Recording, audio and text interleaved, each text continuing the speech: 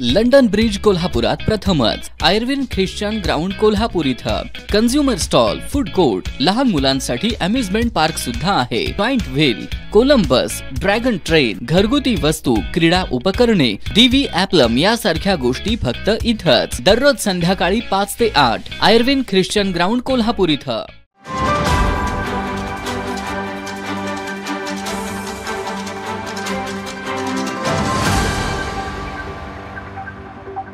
प्रधानमंत्री मोदीजींच्या संकल्पनेतून कलाकारांना किंवा आर्टिझन्सना त्यांच्या कलागुणांना वाव देण्यासाठी, त्यांना रोजगार उपलब्ध करून देण्यासाठी, नवीन कलाकार घडवण्यासाठी अनेक योजना आहेत।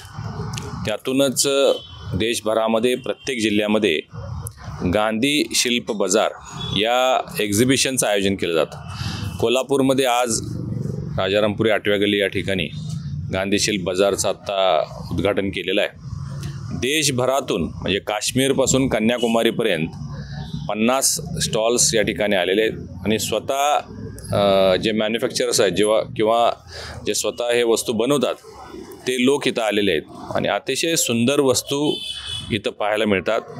केंद्र शासनाची जी योजना आहे त्या योजनेच्या माध्यमातून या लोकांना येण्या जाण्याचा सगळा खर्च दिला जातो।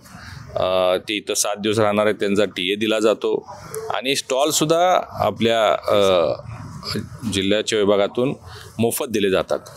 गेल्या वर्षी ज्या पद्धतीचं एक्झिबिशन इथं याच पद्धतीचं झालं होतं त्यावेळी 50-60 लाख रुपयेचा टर्नओव्हर झालेला होता।